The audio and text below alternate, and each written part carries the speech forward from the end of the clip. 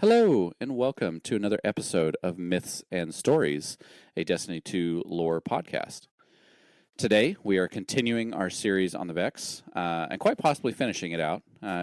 We're getting close to like modern day Destiny, so yeah, I'd say we're getting close to finishing it out.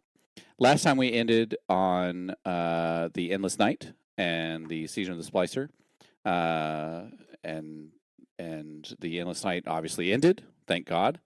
We're still not stuck in darkness. Yeah. And it ended with the death of Lakshmi. And of course, the Elixni kind of played a little bit of part in this role. They finally got a space to exist in the city. That being in their old stomping grounds. The what is now the Elixni Quarter, which used to be the Scourge of the Past raid final area. Kind of fitting that they ended up back there. But then, so now we're going to move forward in time a little bit to the next season, to Season of the Seraph, which was mainly Rasputin and Bray focused. But there was a dungeon in that season called Spire the Watcher. And Myth and I, we did I think, was it a 1-part, 2-part episode? I don't remember.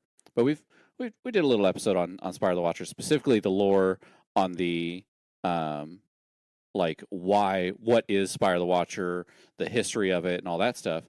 Well, now we're going to dive into the why were the Vex there during this specific season, because we never really talked about that when we did the Spire episode. We really focused on the Rasputin, the Bray, the Maya Sundaresh, all of that stuff. Why the Spire was important, it being a I can't remember what they called a myth.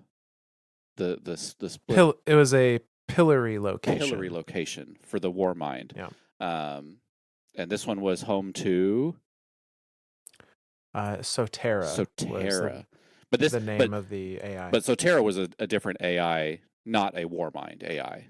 The only Warmind that's ever existed. Thank you, recanonizing, retconning this Bungie, is Rasputin. He has like sub functions of him, the same way that like Gaia in Horizon Forbidden West and Horizon Zero Dawn, the same way that Gaia has sub functions of her, Rasputin has sub function of himself. Things like Malahati. And the other ones, which is funny because like Malahati is the only one that really mattered. Charlemagne was the other one. I know that. Yeah. Which again, we learned about those during that season as well. But this is not Rasputin. This is not Bray. This is Vex. We're doing Vex history now. So the Vex also had an interest in this Spire, and the Vex were kind of the reason why we were called here, right, Myth? Yes and no as far as why we were there. So I like Zor said, we did a whole episode or two on the Spire of the Watcher previously. That's a good primer for this if you haven't listened to that and you're interested in like what was really the inner workings of that place. Spoiler alert, it's more than just going there and getting loot. Yes, there are stories in these things. But even if you haven't listened to that, I'll give you just the real basic bare bones summary of what that place was. So Spire of the Watcher was a Clovis pillory site. And you can essentially think of it as AI jail. I like that. It was a location. There were a couple locations actually that Clovis designed so that if an AI ever went rogue, ever started doing things they didn't want it to do, they could offload it onto this pillory site, and then it was disconnected from everything, and it could sit in timeout until Clovis either reprogrammed it or deleted it or whatever they decided to do. Spire the Watcher was one of these sites. The Spire was. It was a site created, or the AI that is housed there was created in conjunction between Clovis and Ishtar, specifically Clovis Bray and Maya Sundaresh. And the AI that was there was originally built to be an AI to help run kind of colonization efforts, extrasolar colonization efforts.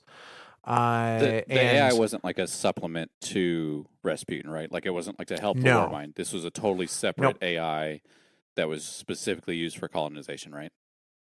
Yes, did not nearly have the scope of access or data that Rasputin did, but was its own independent thing.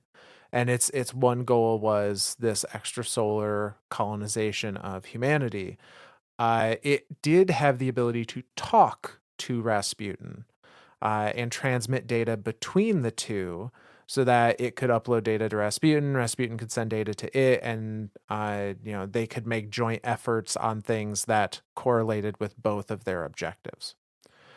So, needless to say, there were some things that happened. Namely, Sotera discovered essentially the first signs of the Black Fleet coming in for the original collapse, and tried to initiate colonization launches without approval. And Clovis got mad at it and sent it to timeout. And He then got butt the hurt, but yeah, only because it stole. Like it did launch one ship, and that yes, one ship had Exo stuff on it, so that's why Clovis was all yep, bitchy about it. yep. So Tara has been sitting in this tower ever since the golden age, when she was placed there in AI jail. But in like Um, a and we keep using the term AI jail. They're in like a reduced state, right? right. It's a secure facility that has zero access to anything outside of that facility. So she has no way to hop into other networks or communicate outside.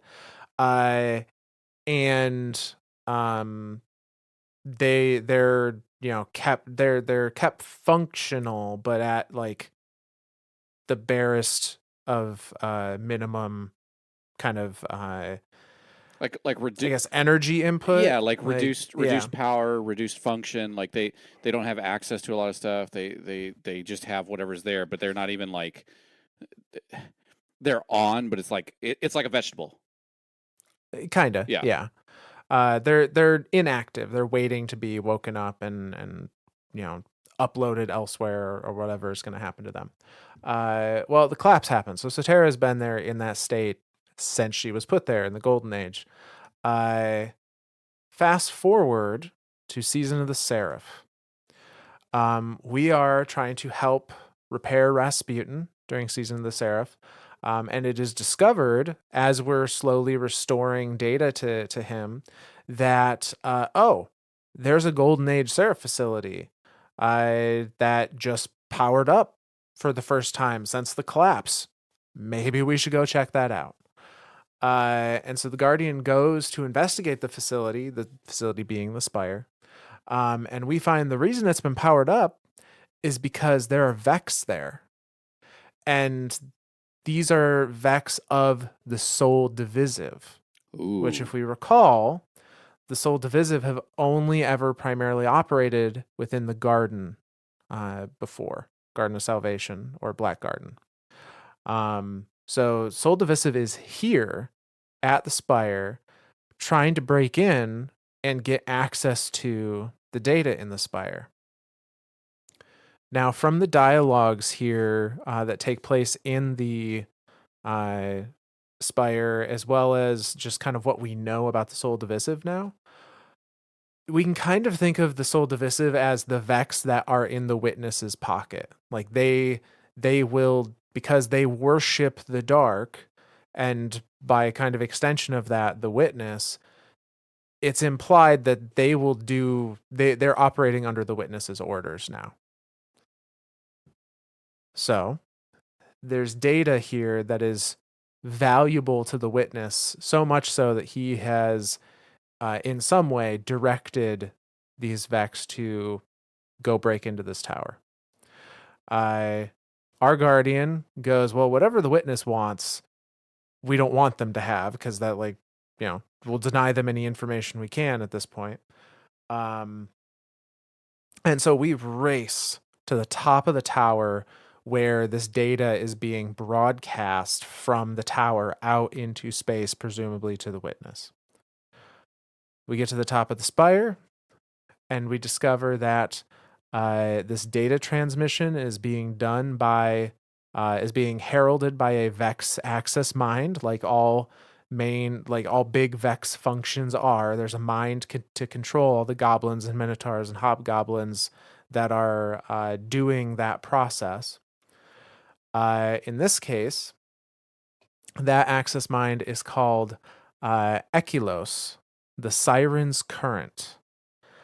And if we want to pause for a second to break that down, so like a lot of the Vex stuff, Echilos is a Greek reference. In Greek myth, Echilos was also known as the river god, who is considered the father of the sirens, which were creatures that use their singing to lure in sailors and such. Um, the actions taken by Echilos when you first come up to the spire, they're like similar to the start of Garden of Salvation. They've got like a minotaur that they're I don't know, for lack of a better term, like eating or doing something to. I'm gonna say Um, eating it.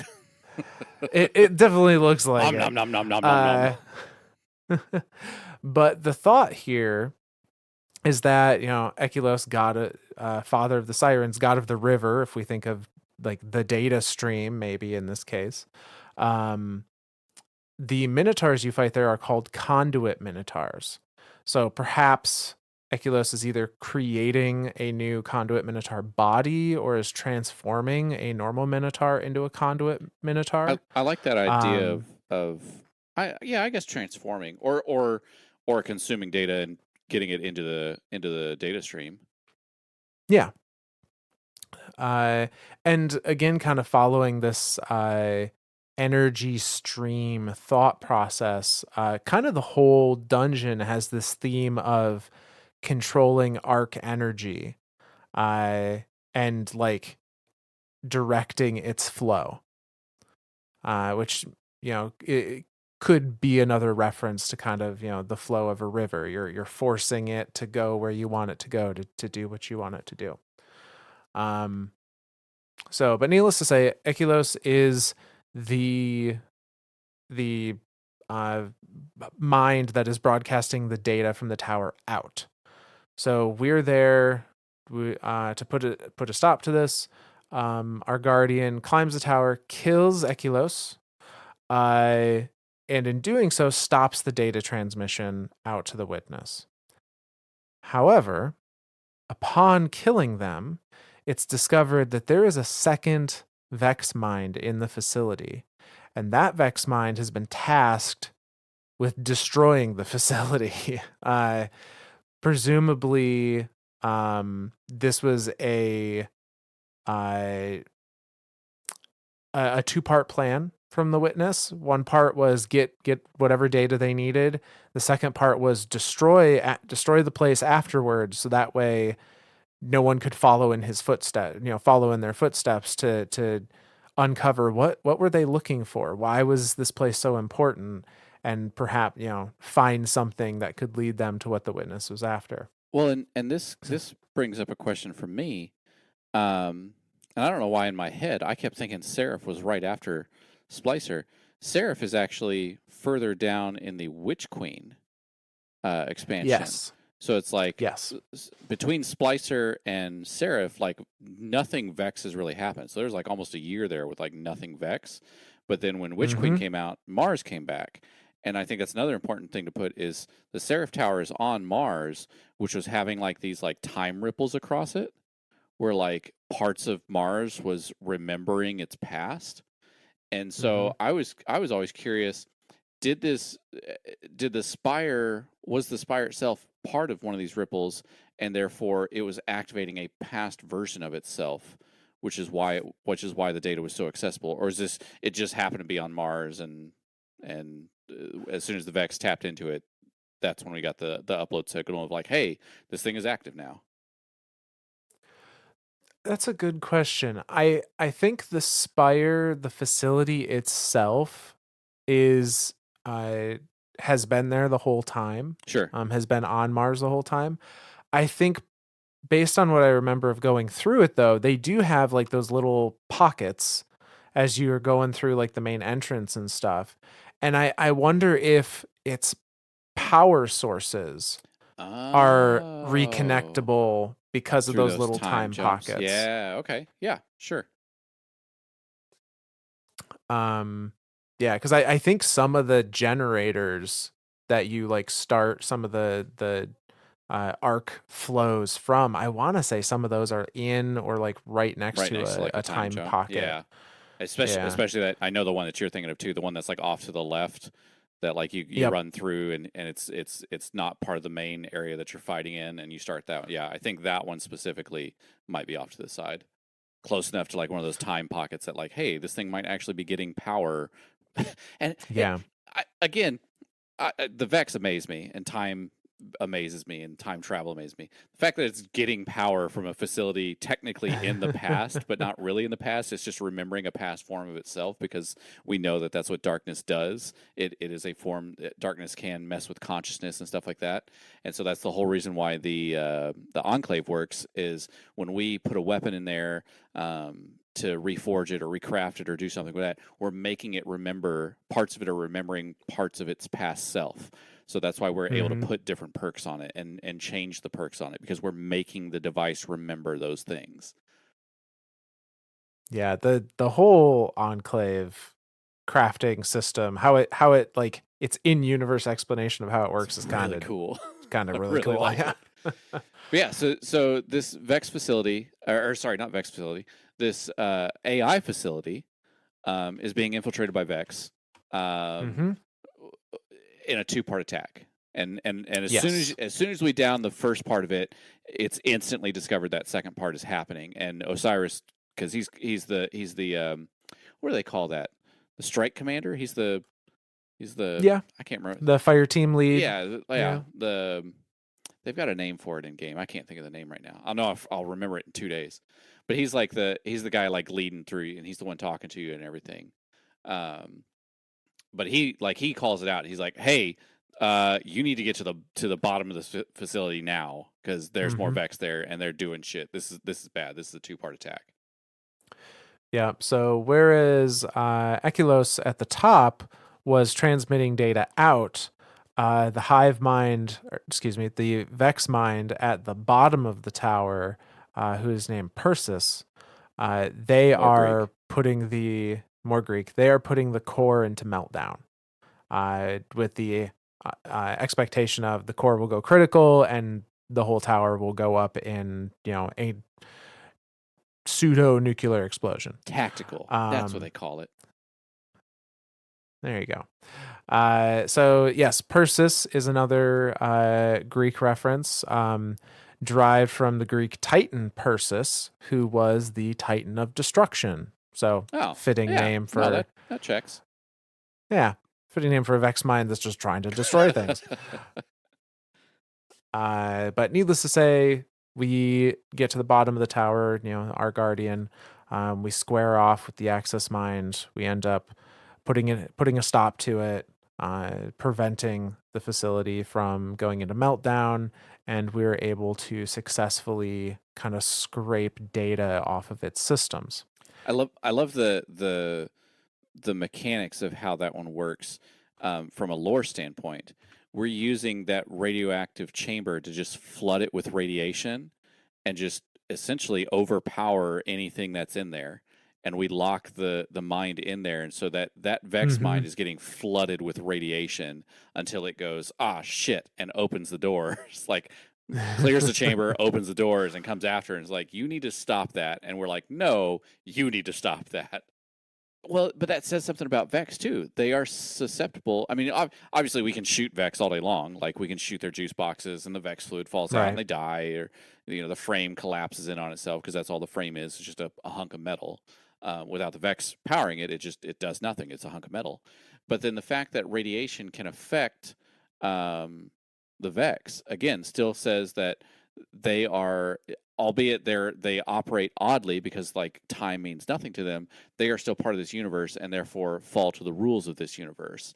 And one of those rules Yes. being radiation poisoning or radiation bombardment. the Vex still have to follow all of the laws of physics in the universe they're in.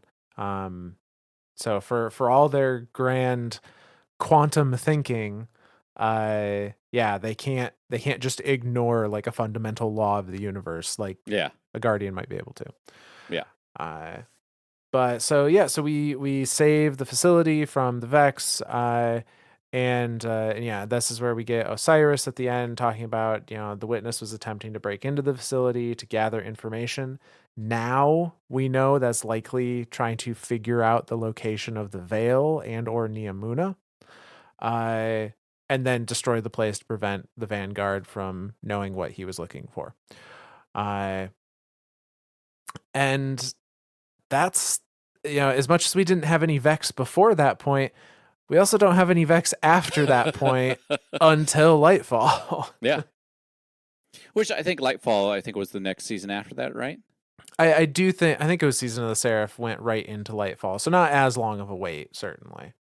Not a year. Not Yeah. That was a big jump between Splicer and Seraph to just not have a Vex problem. Like Yes. Yep. it does blow my mind the problem that the Vex themselves present in the form of, like, I guess, true immortality.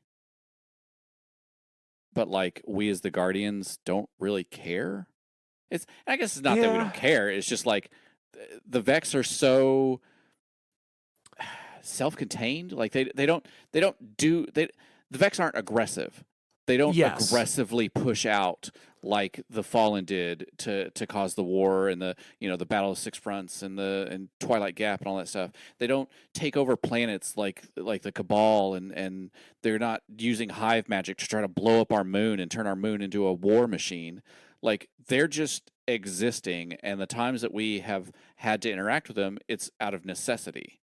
It's the Vex have very much been that, like, they're there and we should probably put them down, but they're not actively attacking the city. The one time being that the Long Night, the season of Splicer, was the one time that it seemed like they were actively attacking the city, but we now know that is because of Lakshmi. Well, Lakshmi certainly putting the gate in the middle of the city, yes. But even prior to that, the only reason the Vex simulated the endless night kind of over top of the city was all under the direction of, Quoria, who had taken control of a subset of Vex, and Quoria did have a very pointed plan specifically to be antagonistic against humanity. Quoria is different, though. Yeah, well, Quoria is not really a Vex. Quoria is, A, taken, yeah, and B, subservient to some degree to Savathun. I think to full degree. Like, I know that Warwick said left her will, like took her, but then left her a will, but then like the act of taking takes their will. So like you're kind of contradicting yourself, Oryx. Like, did she have her will or not? Yeah, but yeah, either way, that was not your standard like Vex operation. That had other things in the background. And yeah, other than that, you're right. In a lot of ways, the Vex are the bigger threat in the long term of the universe. But they're in the short term, there's been so much more immediate threats that are very pointedly targeting us, where the Vex are just kind of doing their thing. Yeah. And like eventually they will get to us, but they're not there yet. So yeah. Okay. So we get through Spire the Watcher. We prevent nuclear meltdown. Yep. Spoiler alert, Mars is still here. Yep. And then we head right into Lightfall. Like, Lightfall is the next time we have any type of dealings with Vex again. Mm-hmm. But for very specific reasons. Yes. So Lightfall introduced, well, a lot of things that kind of informed us as to what the Vex on and around Neomuna were there for, and why they kind of cared so much about this settlement. So Neomuna has essentially been battling the Vex practically since its founding, pretty much since they landed on the planet's surface. Since They the have collapse. been, yeah, they've been combating the Vex. Uh, Cloud Striders. So originally, um, they armored up people as best they could. They had a militia out of the survivors that came off the Exodus ship that landed on Neptune and founded Neomuna. They would juice people up as much as they could with weapons and armor and such, and push back the Vex offensive. And eventually, they landed on a piece of technology that allowed them to create Cloud Striders. And Cloud Striders were originally created for the main purpose of defending against the Vex. Well, and I want to back up just a little bit here because I think it's important to note why the Vex are here. Like anywhere else, it's all come across as like, well, the Vex have deemed this place necessary. Like when we look at Mercury, the Vex needed that to make their prediction engine. And then we look at Venus. For whatever reason, mainly being it's on the Ishtar Sink, and that's where the Ishtar Collective kind of started their observations. That's where that's where the main portal into the Vault of Glass landed for the Vex, for our universe. On Mars, it was the Black Garden. That's the main portal of the Black Garden. And then when that shut down, they moved it to the moon. It was like, we still need access here. We still got to connect it somehow. Neomuna, Neptune in particular, Neptune and Neomuna in particular, are important because the ship that landed there was an Ishtar ship. Yes, it was. With the original crew, or the original 5 researchers of Ishtar. That being Maya Sundaresh, Essie Chioma Essie. Mm-hmm. God, I can't remember the other ones. The snarky one, the one that like didn't give a shit. The cautious one, and then the 5th one. I can't even remember the 5th one. Saying that, I think it might have only been Maya and Shioma that were actually on the ship. I'm trying to remember. At the very least, they're the only ones. Impression that it was the full 5 of them. Yeah, at the very least, they're the only ones that are really talked about, are Maya and Shioma. Well, and then like our theory, because we did a whole series on this as well. The recordings of God, I keep messing her name up. Maya's wife. I can say that. I can remember those words. Chioma Essie, we did a bunch of series on her logs that you get from the Veil containment stuff. And like we have a theory, kind of a running theory that like the Maya that landed there might have been a copy Maya and possibly a corrupted copy Maya. Yeah. So like, and the whole way that they landed there, like they were trying to escape the collapse, and they broadcast, because it's of course it's Maya Sundaresh. Who else would know more about Vex than Maya Sundaresh? So she uses a Vex signal to disguise her ship, a Vex-like distress signal, to disguise her ship and land it on this little rock in Neptune. And the funny thing about sending out a Vex distress signal, hey, Vex will answer it. Yeah, the witness doesn't care, the darkness doesn't care, but Vex care. And so Vex started essentially writing themselves into the history of Neptune to place themselves there and start attacking this Neptune colony. Because hey, the Vex received a distress signal. Of course, they're going to answer their own signal. Like it was great for Maya and her team to survive the collapse and to make this colony start working, but now they've kind of created their own little problem. Yeah, well, I think there's a little order of operations we have to go over. Okay. Because from what I recall, yes, Maya masked their ship with the Vex distress signal, but she didn't create the signal. The signal was originating already from Neptune. Oh. And she just kind of rode the signal down. Gotcha. I was always under the impression that like they generated the signal, and like that's what pulled all the Vex there. I'm fairly certain from the lore card, from what I remember of the lore cards, and I forget exactly where that's at. I know, I can't remember which one they're on. I'm pretty sure Neomuna armor or guns or something. Yeah, I'm fairly certain she saw the signal broadcasting out from Neptune and then took the signal in and then rebroadcast it so that it would Hijacked shadow it and like them. used herself as like a repeater system. Yeah. Right. But that means that the Vex A were already there in some capacity. They definitely doubled down once the colony started up. Yep. And B, the Vex that were there were already in distress in some way to be sending Oh out a shit. Yeah. signal. Like why else would they send out a signal? Exactly. Presumably, what I'm assuming has happened, because we know that the Veil arrived there before the colony, and that it would have been around this time that Savathun killed Nezarec and absconded with the Veil.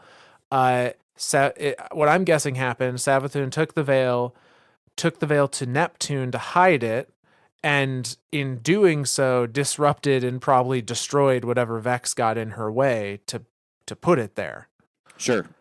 And so the Vex, at that point, it would be understandable for them to be like, "There's a hive god here. We need help." Yeah. And Well, and put I'm out a curious signal. if it's a two-part signal, right? Like, so obviously the veil is the real version of the veil, whereas the black heart is the wannabe copy of the veil. Right. So Vex seeing this entity or seeing this item or device or whatever that they know something similar to it, that being the black heart, and obviously they like all the other Vex cut off the soul divisive. Do you think it's like another distress of like, hey, there's something here that is similar to the soul divisive, we need to take care of this as well? Like, Well, is this another like idea from the Vex saying, well, we need to cut this off?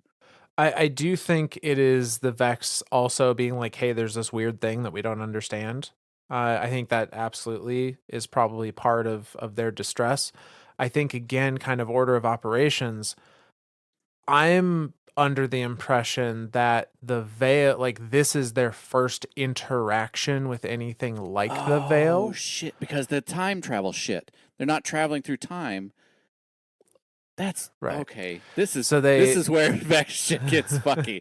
This is yeah, technically the first time they've interacted with the Veil, but like, and I guess in history, no, because this would be during the collapse.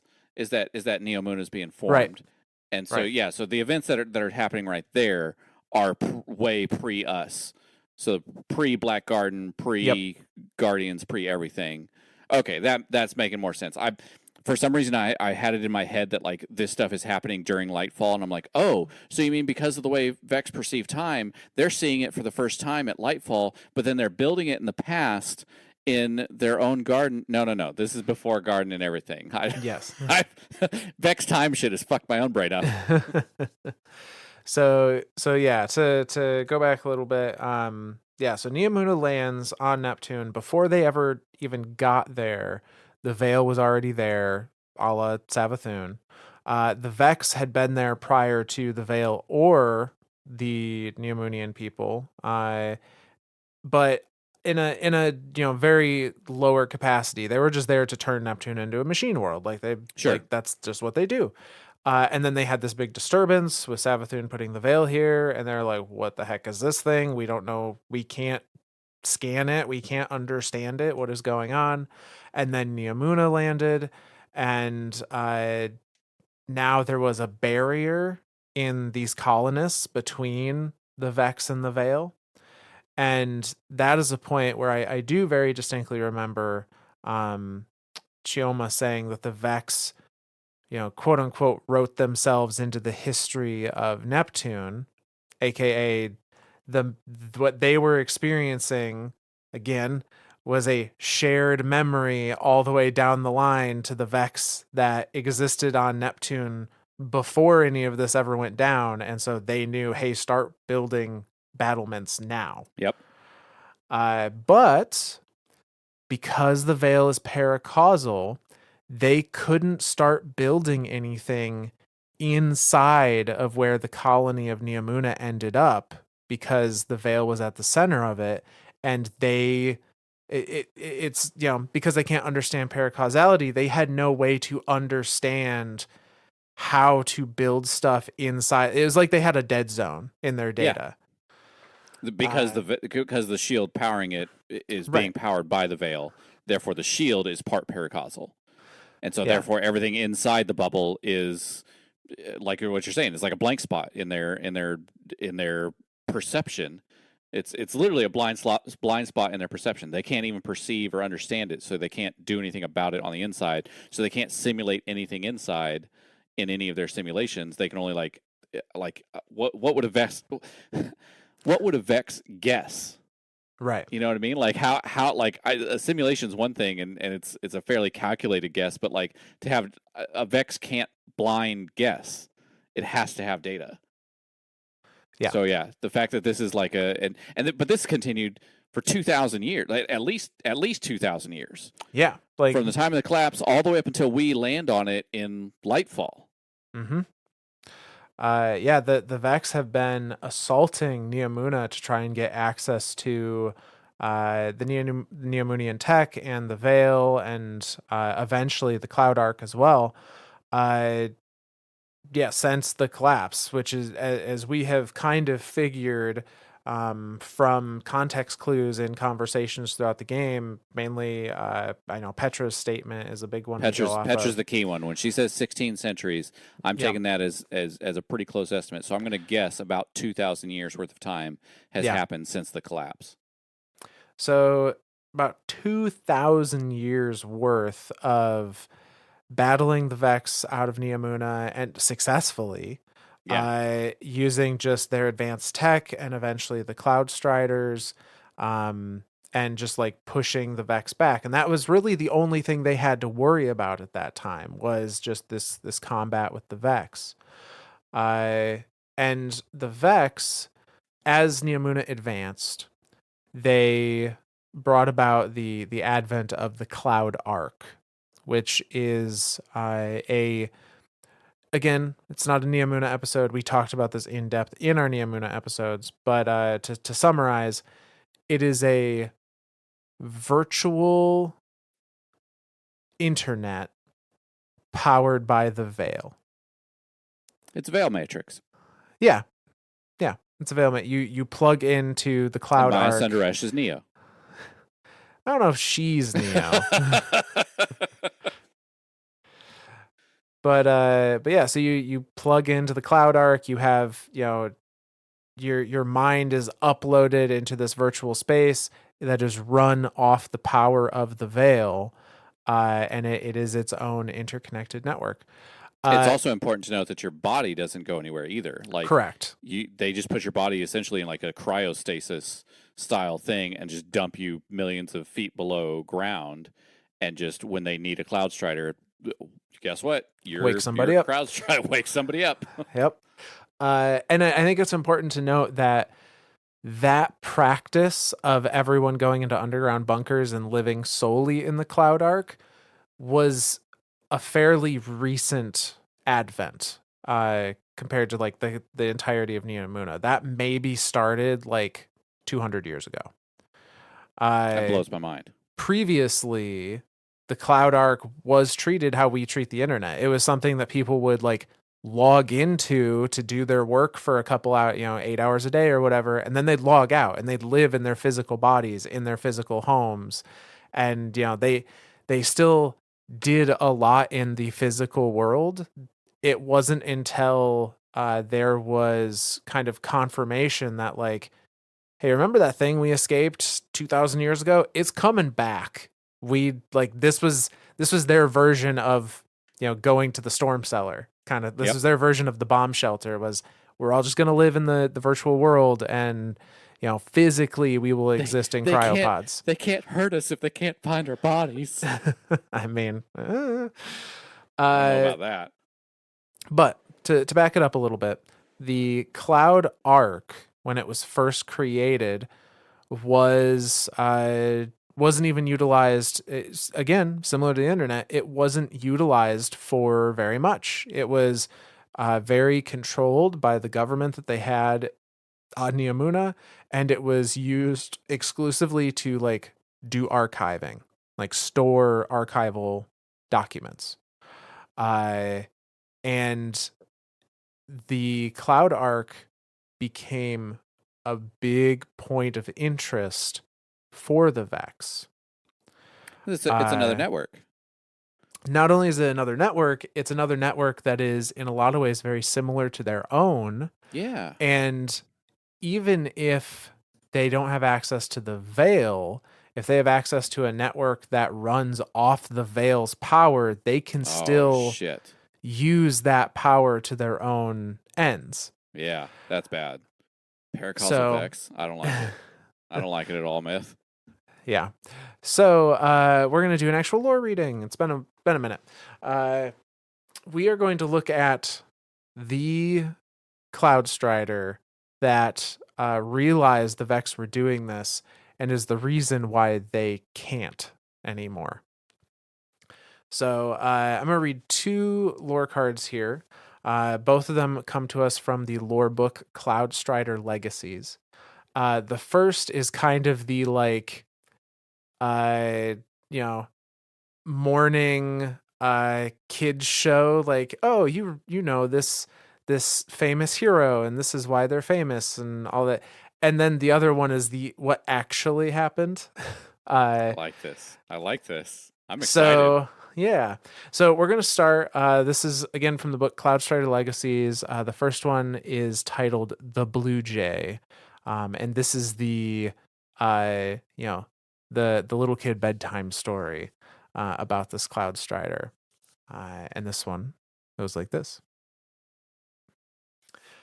It's Thursday, and you know what that means. That's right, it's Cloud Strider Day.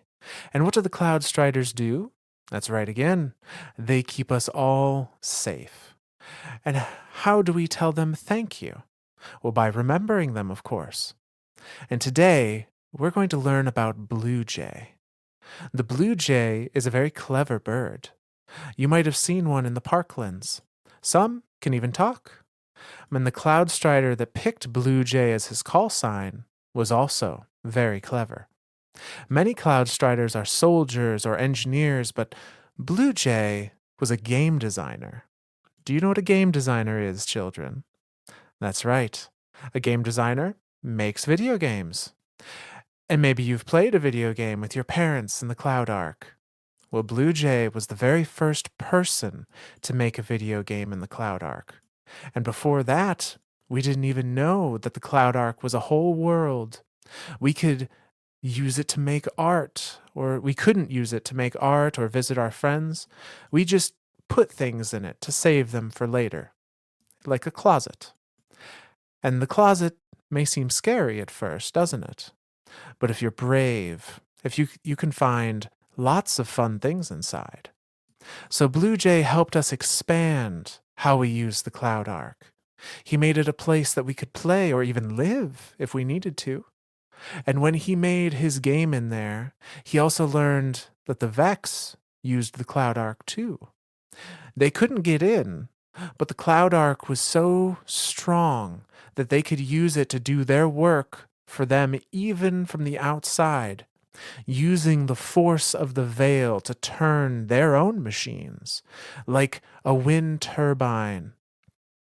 Blue Jay learned that he could jump from the Cloud Arc to the Vex network, and he sabotaged their machines from the inside. The Vex were very confident and did not think that he could find them, so they were careless. And so Blue Jay scared them, and they ran away. And what we learned is that being careless with the Cloud Arc is dangerous, isn't it? That's why you always close your open ports and keep your passcode secret, because the Vex remember being scared, and they'll frighten you to get us back. And that's all for today, children. And remember to say thank you to the Cloud Striders. And that's the end of that one. I like this. It really does sound like it's a Thursday morning cartoons, kids. Yeah, essentially. Remember to close your ports and keep your password safe. That needs to be like that's what we need to play for cybersecurity myth. There we go. There we go. Remember to close your ports and keep your password safe, kids. So that's the very fun, children's story version of what happened. Scared the Vex. Fucking murdered him. What the fuck he did.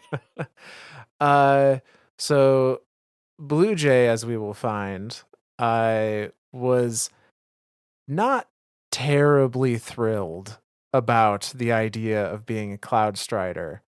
And so we're going to see kind of get an idea of what Blue Jay actually went through. Blue Jay's real name being Conrad Jane, by the way. And what they gave up in the pursuit of this protection of the Cloud Arc. Are Cloud Striders conscripted?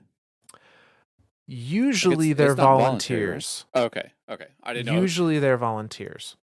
For some reason, I had it in my head that they were conscripted, but yeah, I think you're right. Yeah, typically they're volunteers because they have to go through like a training regimen and all that. And then all the Quicksilver Yeah. injections and stuff. Yeah. But it's fun that you say that because that's not always how it happened. So with that in mind, we're going to now listen to the tribunal of one Conrad Jane. This is also in the Cloud Strider Legacy book, and it goes like this. Neomuna Department of Public Safety. Case number C. Jane 7. Transcript as follows. Councilperson Sangha. Sentencing case C. Jane 7. Councilwoman Martella Sangha presiding. The accused has been found guilty of trespassing in the civic data architecture colloquially known as the Cloud Arc, illegal simulation, and public endangerment. Councilperson Bowden. It's been a very long week, Mr. Jane, but again, this council will show you leniency if you assist us by disclosing your co-conspirators. Conrad Jane. The only criminals I've worked with to date are the ones handing down this sentence. Mr. Jane, these charges are their generational trauma with pomp is what they are. We are the last of humanity, trapped in a bubble. Simulation is an entire frontier we can explore to redefine what it means to be human. And you outlaw it just because you fear others' bad experiences from hundreds of years ago. Laws exist by the public consensus. It is not your decision alone when and how our society evolves, Mr. Jane. There are approved channels for simulation research. Approved channels. Is that what's all under all of that red tape? Mr. Jane, no. The Cloud Arc is an nth dimensional paracausal fold, and we use it to store library books. We use it to support the public need, not as some playground. Play?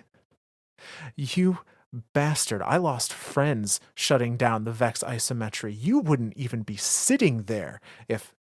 That is enough, Conrad. Your actions are on trial, not your results.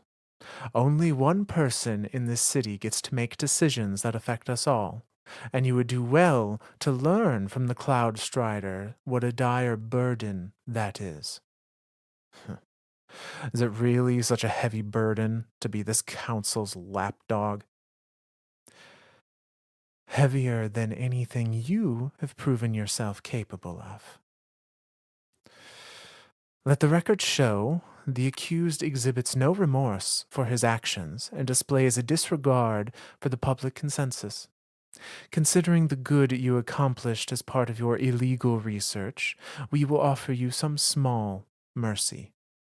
3 years of house arrest and 4,000 hours of community service to be served concurrently. I have never wanted anything but to protect this city and help it grow. You can't punish me to make me stop. Fortunately, some members of this council feel your arguments have merit. If you consent, you will be allowed to work off your debt to society by continuing your simulation research under lapdog oversight, as you called her. And that's the end of that transcript. How many hours are in a year? Oh boy. That's what, like, is 4,000 hours? Does that equate to 7 years? Did they just give him a 10-year lifespan or a Let's 10-year see. sentence and be like, hey, you can serve your 10-year sentence as a Cloud Strider. Little do you know, you're gonna die at the end of it. Not quite. So one calendar year, according to Google, is 8,760 hours. So about Okay, half a so year. 6 months. Okay, Yeah. 3 years confinement, 6 months community service. That's Yep. okay. I mean, yeah, he done fucked up, but I don't know. I'm kind of on the side of Mr. Conrad. Which, for some Well, reason, every time you kept saying Conrad Jane, I kept thinking in my head, ladies and gentlemen, Mr. Conrad Twitty. Like, I just completely confused my little squirrel brain. But, yeah, but then as soon as you said, like, Jane, like, then I started thinking of, like, Jane from Firefly and, like, the rebel that, like, saved the town, but on accident because the money he was stealing fell out of the pockets and it rained down on the people and they thought that he was saving them. And, yeah, no. This is very much like a guy who's like, I I see this thing for what it can be, its potential, but because of government oversight and rules, I'm not allowed to touch this. Which again is kind of like this big like the rules are there for a reason, which is what the council's saying. But then he's like, yeah, but those rules are fucking stupid. His yeah. response, like we have this virtual simulation and he describes it there too. That's an nth degree paracausal thing, and you're using it to store fucking books. Like, what the hell, bro? So yeah, like man, like he definitely got conscripted. Like, Oh yeah. Oh yeah. not. I guess not conscripted. It was like a, hey, you can do jail time and we'll just kill you, or you can be a Cloud Strider and we'll just kill you. So, But at least you win-win get for to keep us. doing what you're doing. Yeah, Uh, like to be able to still like do the research portion of it, and like again, research under the supervised lapdog, which I'm right. assuming is under the direct direction of Maya Sundaresh. Like now he's just working directly for her because Well, I think Maya's still alive at this time. uh I mean I if we're don't at the know. point where the Cloud Arc is up and running and he references like you have these rules in place because of a bad experience hundreds of years ago. I think that bad experience was Oh. the death of Maya. Do you think it's the death of Maya or the first group? Maybe a little bit of both. Because you remember during that, like she was doing testing and they were Right, losing people. right. Interesting. But yeah, I think one or both of those. I'm under the impression that this is post Maya. I Okay, but Vex are still assaulting the place, and he's right and Conrad's trying to find a better way to battle, and he talks about how like he's lost friends yeah, to like it. battling the Vex, and I'm assuming in the Vex network. Yeah. So he says, I lost friends shutting down the Vex isometry. Isometry is like the overlapping of two spaces. Oh, okay, So yeah, like he and presumably whatever team he was with shut down the Vex trying to overlap their network with the Cloud Arc. Uh, gotcha. and in so if that's to be believed, like in a way, and he even kind of alluded, like the only reason you're sitting there is because of what we did. Yeah, Like, the Vex would have just written them out of history or yeah, written them out of existence, essentially Vexified everything. Like, yeah, like at the worst, at the best case, the Vex would have had complete reign of the Cloud Arc. Like, worst case, they, who knows? Yeah. So, so yeah, it's interesting to see the transition of like, oh, he was a very clever Cloud Strider that made video games in the Cloud Arc and protects us from the Vex to like, well, this is kind of he life in may or may prison. not have committed war crimes. Yeah. uh, but so needless to say, Blue Jay is though the reason why the Vex kind of were shut out from being able to use the Cloud Arc, and they've been trying to get back ever since.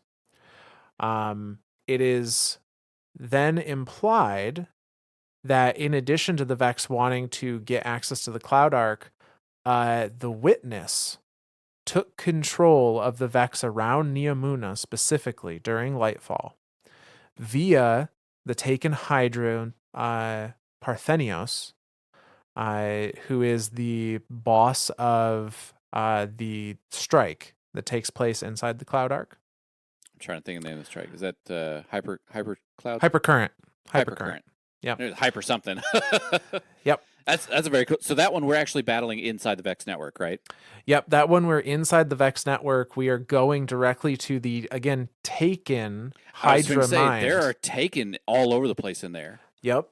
And the only entity that presumably has the ability to take anymore is the Witness. Yes.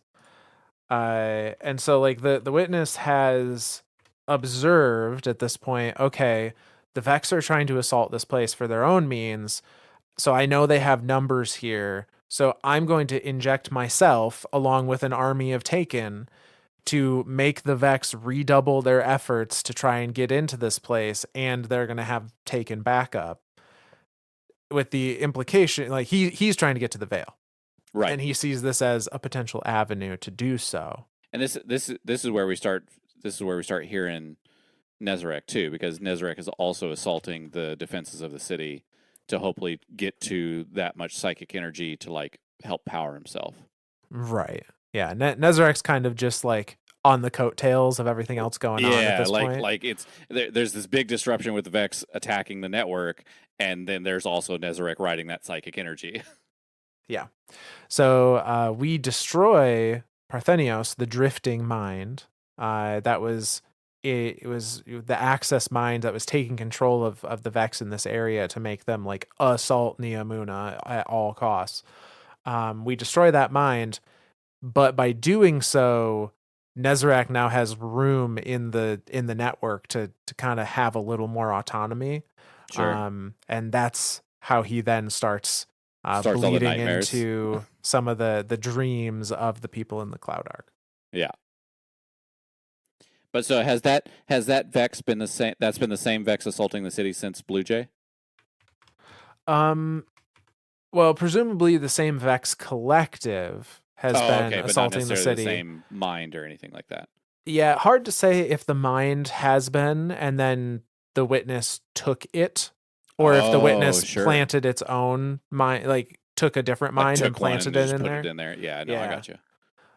So unclear as to exactly what happened there, but one way or another, it's the same mind. Just because of it would make sense. Again, thinking of the way the Vex operate, like they've sectioned off a section of Vex and said, okay, here's the mind that's in charge of you. Here's the subroutine.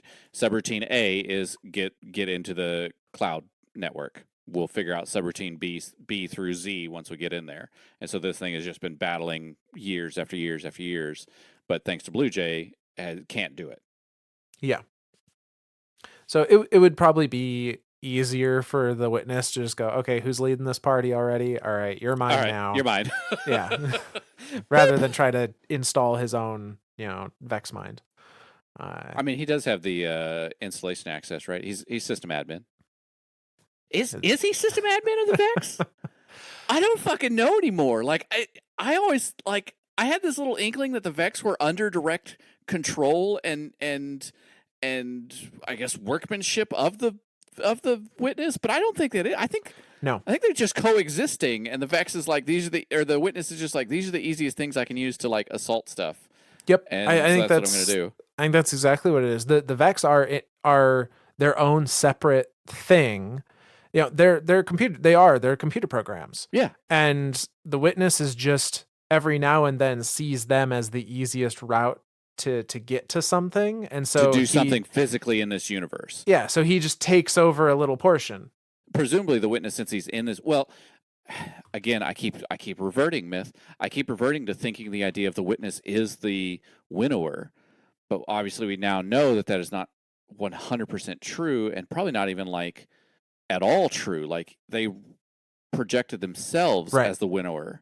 The Witness was not in the garden when the Vex algorithm was made. Right. So the Witness is just another entity of this universe, and therefore should theoretically fall under the same rules of this universe, but they were granted paracausality because of finding the Traveler and then finding the Veil.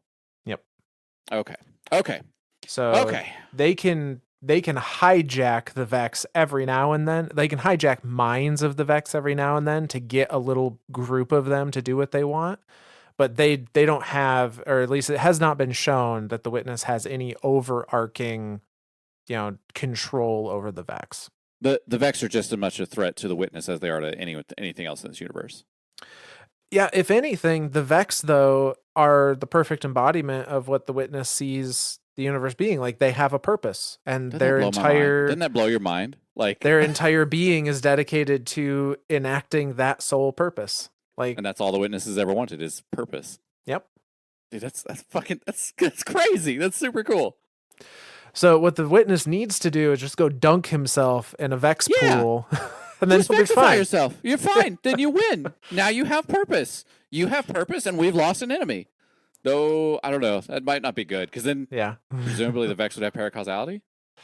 The Witness is paracausal, right? Like that's. Oh yes. Like there's no way he's not. Point. Like he drew a fucking triangle and was like, "My own dimension, pale heart, let's go." Yeah, there's no way he's not. Yeah. Maybe we don't want those two to mix. Maybe we don't want that to happen. He can just keep taking them in little pockets. Like we can deal with Taken. That's fine. I don't mind Taken. Taken's like the one enemy I can't find a reason not to shoot them. So I'll keep shooting Taken. Like there you go. I keep finding reasons not to shoot Vex and Elixir and Cabal and Hive. I don't know, man. So needless to say, we finish out the Lightfall campaign. And we learn post-campaign. So I guess spoilers if you haven't finished Lightfall at this point. It's been 3 seasons. We're fine. It's been a while. But this is your warning. Rohan dies in the campaign. One of the Cloud Striders. What? I know. And it's discovered post-campaign that Rohan had information about the Vex trying to create a copy of the Veil for themselves. See, and this is where like the timeline stuff starts fucking with my brain. I've got some ideas on that. Okay. And we'll talk about that in a second. So yeah, it's discovered through the unfinished business quest line that the copy of the Veil that Rohan had seen was the Black Heart, the Black Heart of the Garden that our Guardian later came in and destroyed. So that's important order of operations then. Yeah. Rohan knew of the Black Heart before we in Destiny 1 blew it up. Correct. Okay. Which was approximately at the time of Lightfall, because again, I'm thinking timelines of like how long a Cloud Strider lives. Cloud Striders live for 10 years, and Rohan was the first one to die before his time. But if Destiny is supposed to be taken at a like this is a real time thing happening, like it has been 9 years since we went to the Black Heart. Rohan's probably pretty close to ending his lifespan when we meet him in Lightfall. So that is one interpretation that could absolutely be correct. And to be specific, Rohan witnessed the creation of the Black Heart. He saw the Vex building actually bring it to fruition. And we'll go over that lore card here in a moment, but that means either, yes, he saw it and it was very new to the world when our Guardian came in and destroyed it, which would be not shortly after. But you know what? If he saw it in the Black Garden is its own entity. That's the other thing. The Black Garden is its own kind of separate pocket space. Gotcha. So, and it got separated from our timeline for a while when we blew up when it blew up the gate. Okay. So potentially could be some timey-wimey fucky stuff.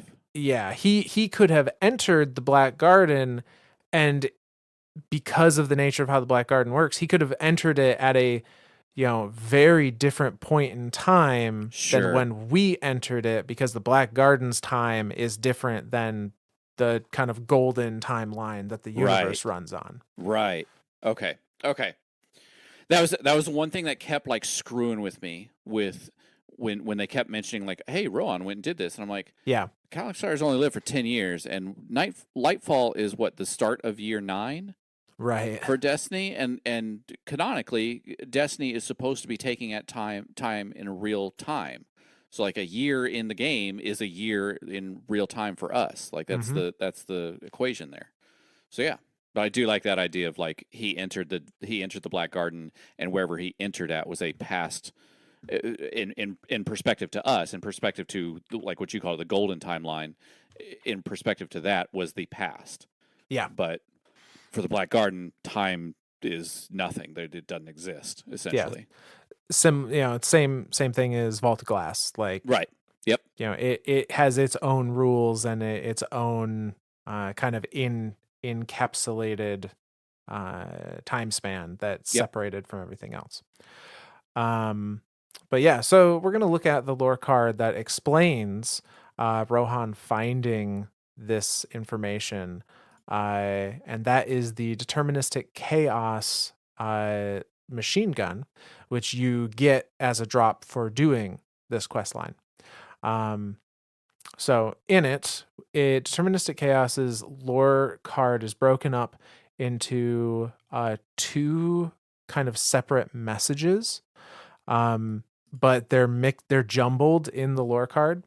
So I'm going to read one message unjumbled, and I'm going to read the second message See, unjumbled. that alone makes me think that he did jump in a past then. Like the timelines are fucking with itself in there. Yeah. Yep. I like that. I like it. I like it, Myth. So this is deterministic chaos, and the first message goes like this.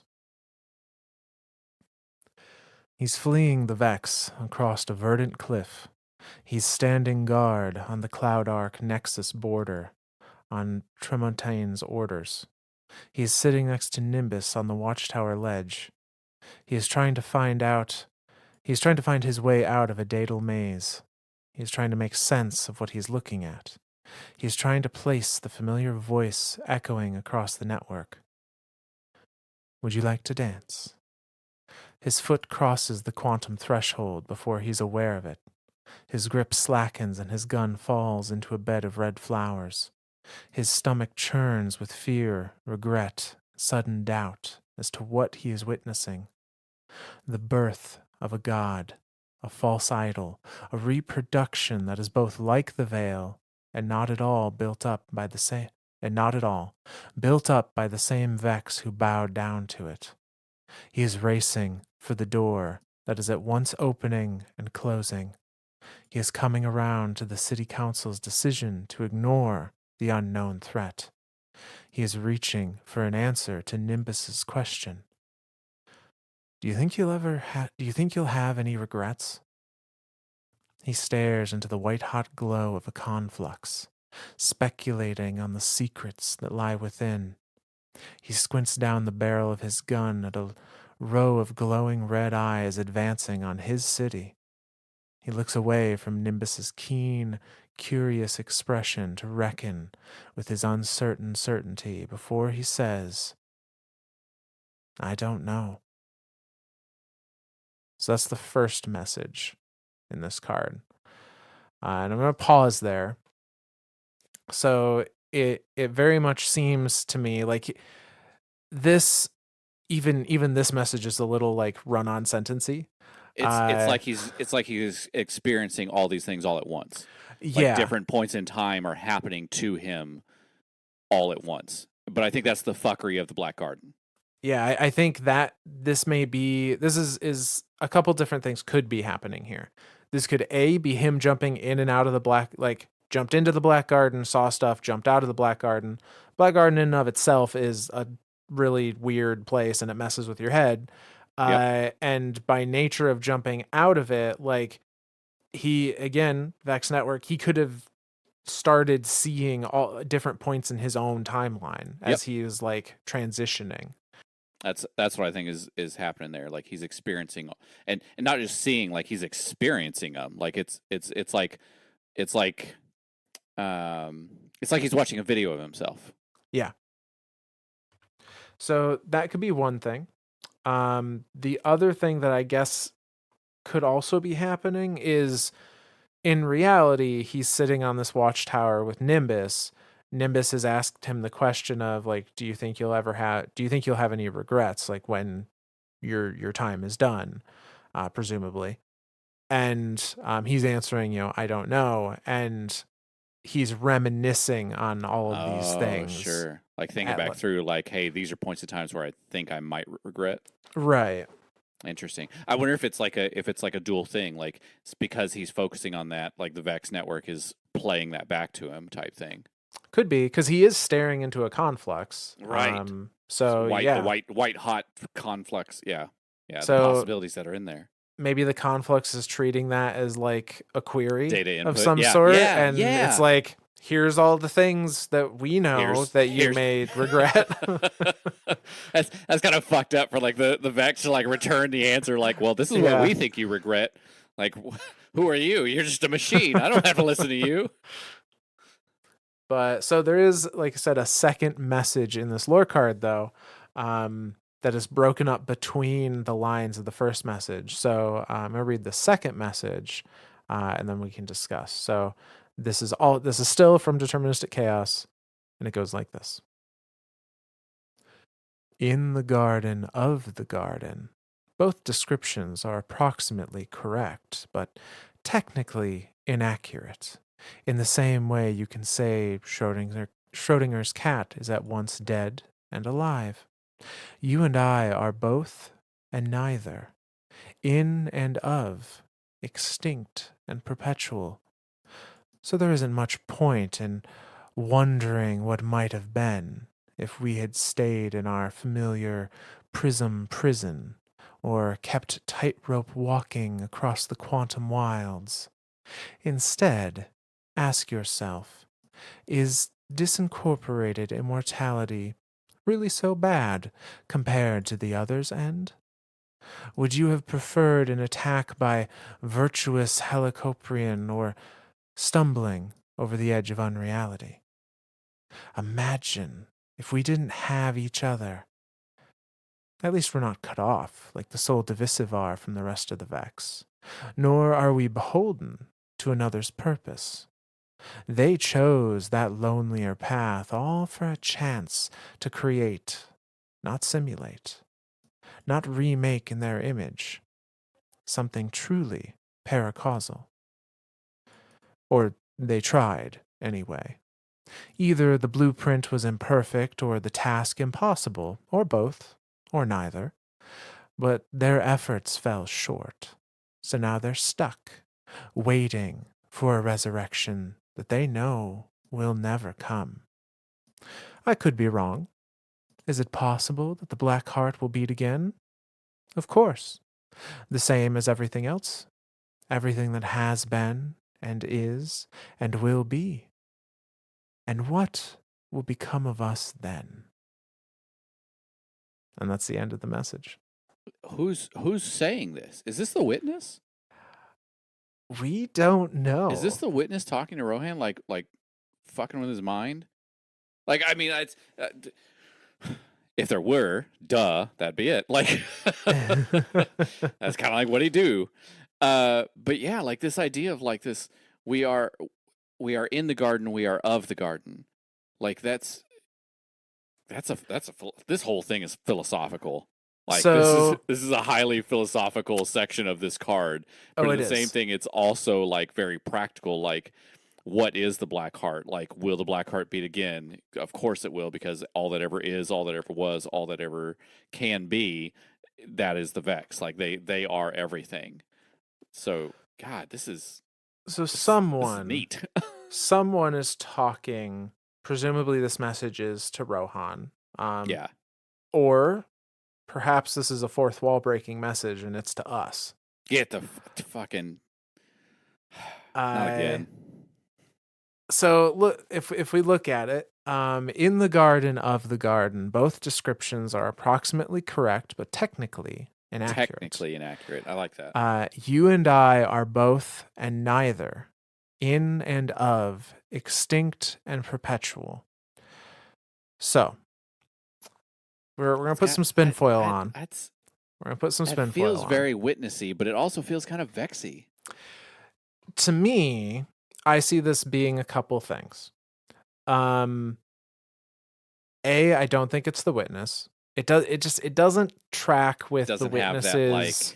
You have no more pieces. Yeah. Well, it doesn't track with the whole like, let me give you a purpose. Right. Like I because it's so philosophical, like philosophy in itself kind of has no purpose. Like not to be that guy, but for 5 seconds I'm going to be that guy.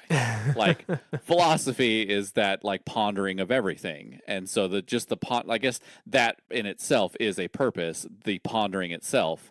But then like the things you are pondering have no purpose within the pondering. Yeah, and the other thing is like the witness wouldn't know about Neomuna. Oh, presumably sure. Doesn't know that, like he doesn't know about Neomuna at all until Lightfall. Right, because otherwise he'd know that the veil's there. Exactly. That he knew where he dropped his contact lens. Yeah.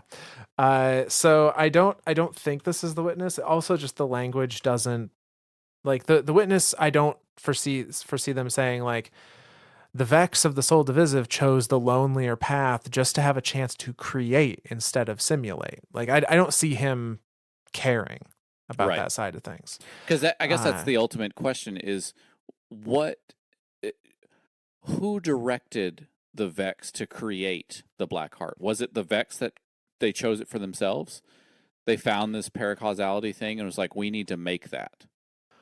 Presumably, and we'll talk about this a little later on, presumably the witness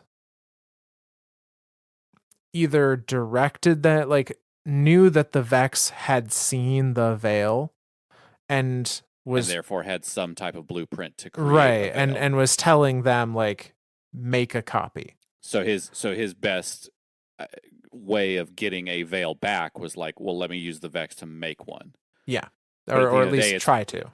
But at the end of the day, it's paracausality. Like in through the witness's eyes, he sees the Vex as like they'll get to it eventually.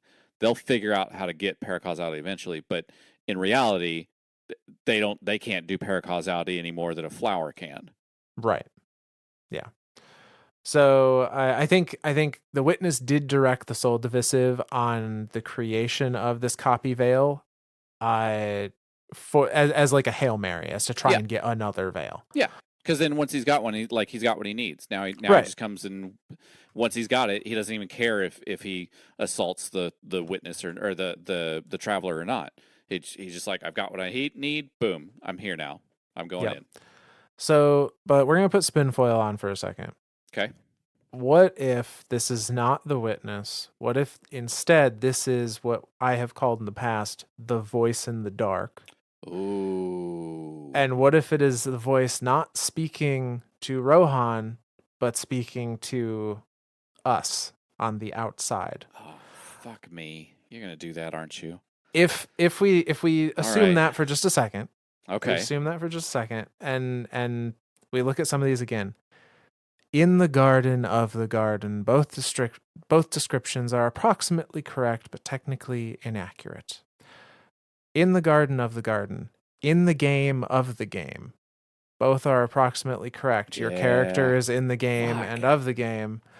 Your character you are in the game, and I put that in quotations, but you are not of the game. Yeah, no, I'm following. In the same way you can say Schrodinger's cat is once dead and alive. Your character is dead pixels, but living because you are doing things, like you are giving them life through action. Yeah. The voice says, you and I are both and neither. We are both dead and alive, and neither dead nor alive. In and of, extinct and perpetual. The pixels on the screen are dead. They're never going to be alive, but they're also going to live forever in another sense. There's not much point in wondering what might have been if we had stayed in our familiar prism prison or kept tightrope walking across quantum wilds. Prison, you know, the prison that is the light behind the screen kind of thing. God damn it, Myth. And then asks the question, is disincorporated immortality really so bad compared to the other's end? Is Would playing a you, video game so bad? well, is disincorporated immortality, is being a character in the In a game video game, yeah. so bad compared to the mortal life of the player? Yeah, like the mortal life of the player is going to end. When you and I die, our characters still technically exist in a server somewhere. Right. Would you have preferred an attack, an attack by a creature, or would you prefer stumbling over the edge of unreality? Like the only way our character is going to cease is when The that servers get server turned off. ceases. Yeah. Yeah, that Uh, unreality. if All we right, didn't, that kind of has legs so far. if we didn't have each other, at least we're not. Uh, let's see. Let me go back. Oh, But then who's the voice of the dark? imagine if we didn't have each other. At least we're not cut off like the soul divisive from the rest of the Vex, nor are we beholden to another's purpose. And that also makes me think not the witness, nor Right. are we subject to someone else's purpose. Like that's what the witness is trying The witness to is do. very much trying to create himself, trying to put himself forward as the guard or as the winnower. Like he's trying to make himself that purpose. So, and these Vex chose to break away from the cycle and try to create something, not just simulate something that already exists. They're trying Which to is just completely different for the Vex. right. The Vex, and that's the thing. The Vex don't create. All they do is simulate and transform. Yeah. Yeah, and I could be wrong. Is it possible the Black Heart will beat again? Of course, the same as everything else, everything that has been and is and will be, and what will become of us then. So, like, could the Black Heart show? Can you restart the game and play and go face the Black Heart again? Sure, you can. Same as you can do it with everything else. And but eventually, like, what becomes of the things in the game.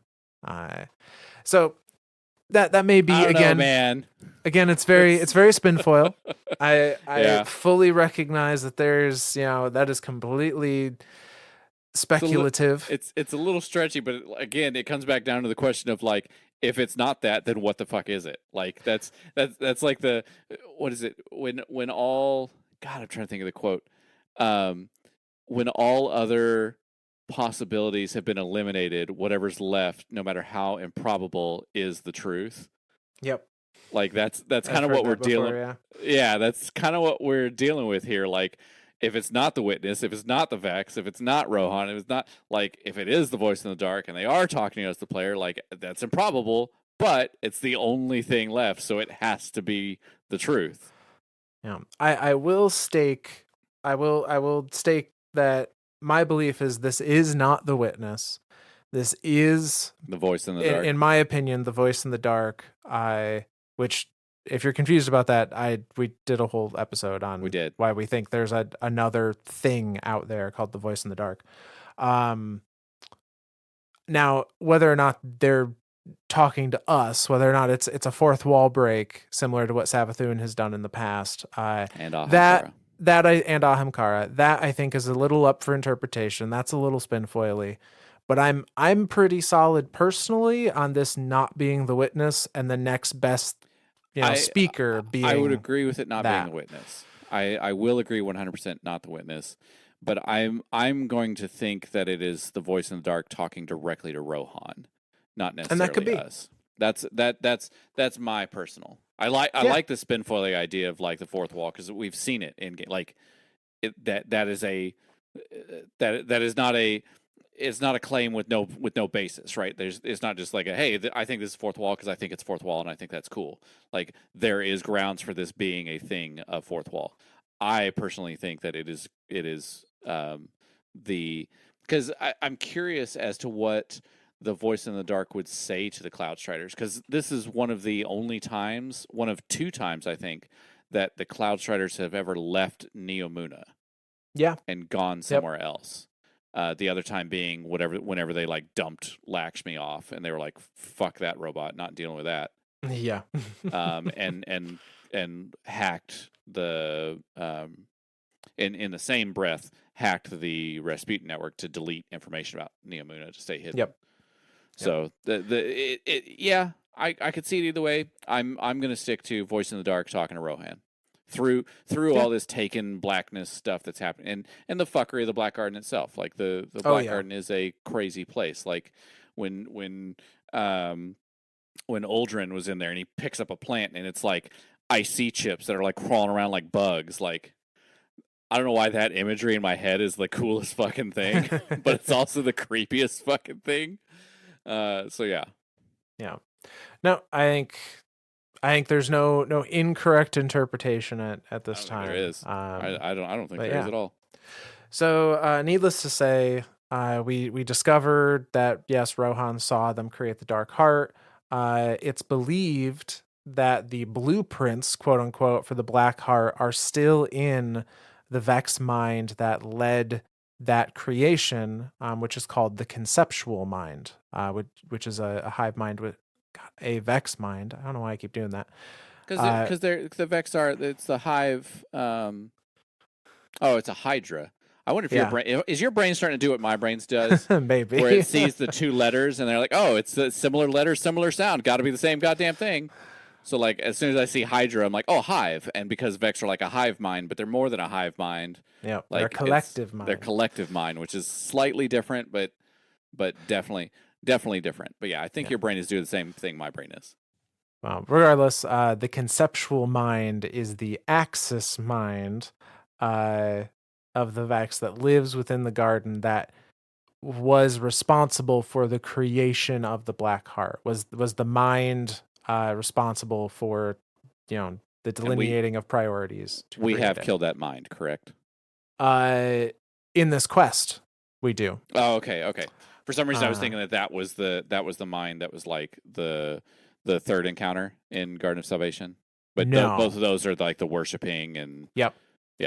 The minds we killed in Garden of Salvation, I think, were the primary minds behind the idea of worship and the idea of like religious reverence. Yep.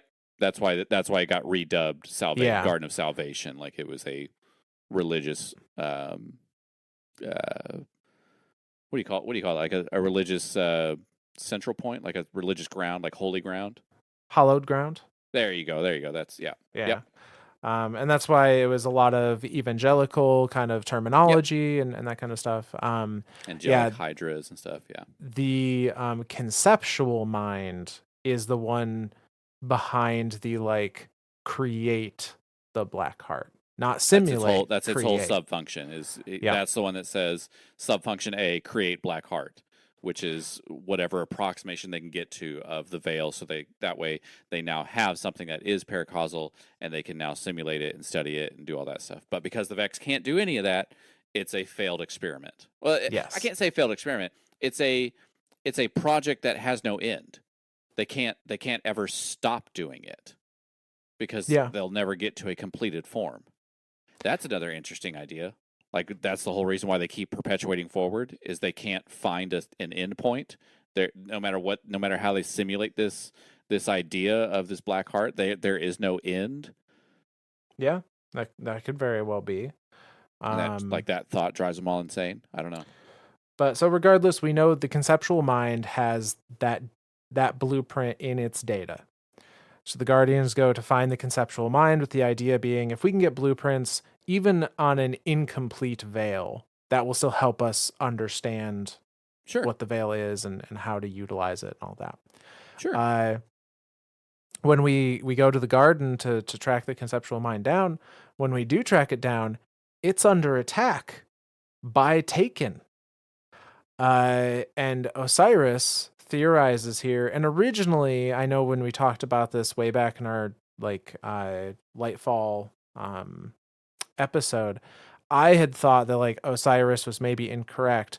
And I'm going back now to like now I think he was right after all.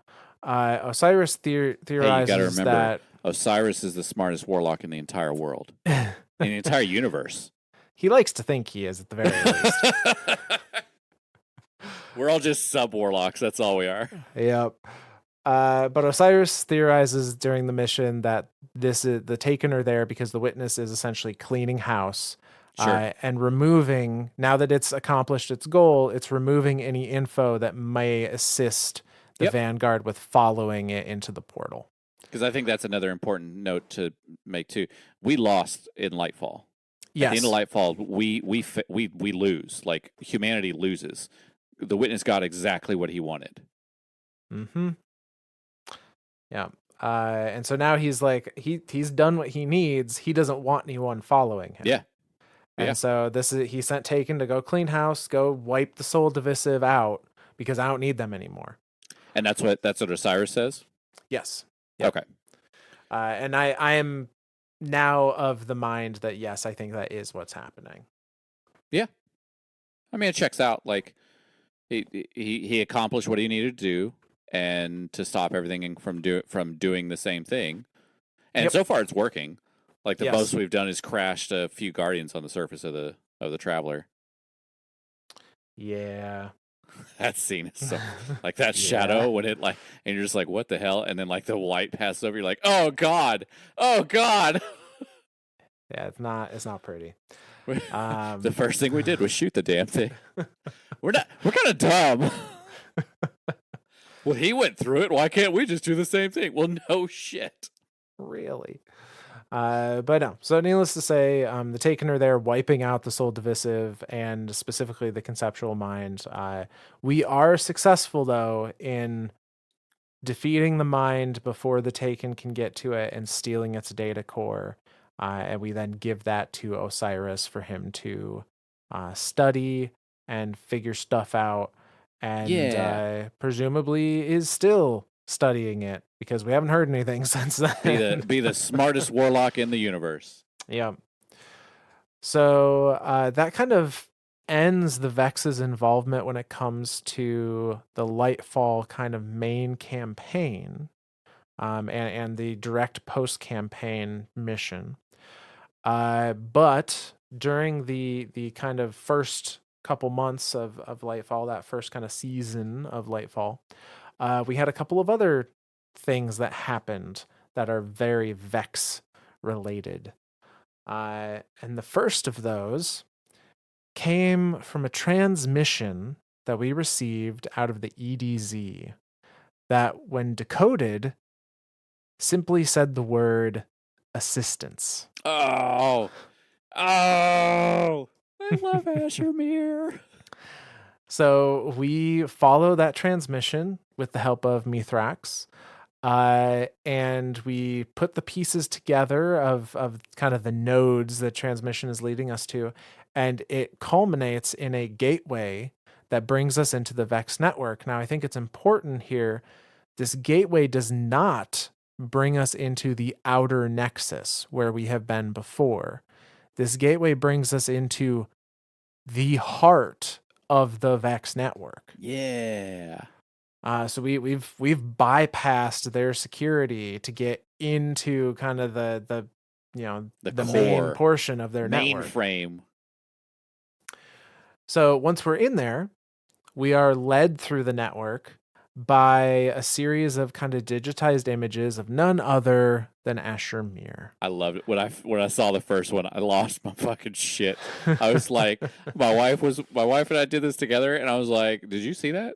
That was Ashermere. Like you saw that, right? And then like we start seeing him everywhere. We're like, this is Ashermere. Like he's absolutely helping us here. This is awesome.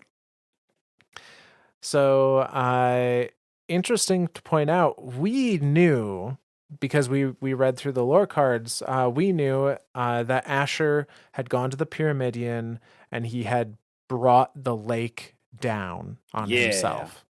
The Vanguard have no idea what happened to Asher. Nothing.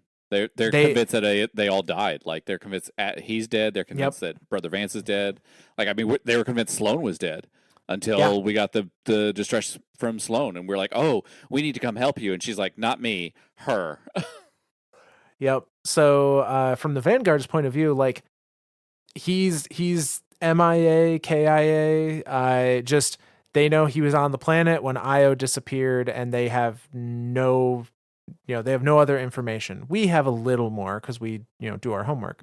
But Exactly. Oh, are you saying the Vanguard don't read their armor pieces from each season?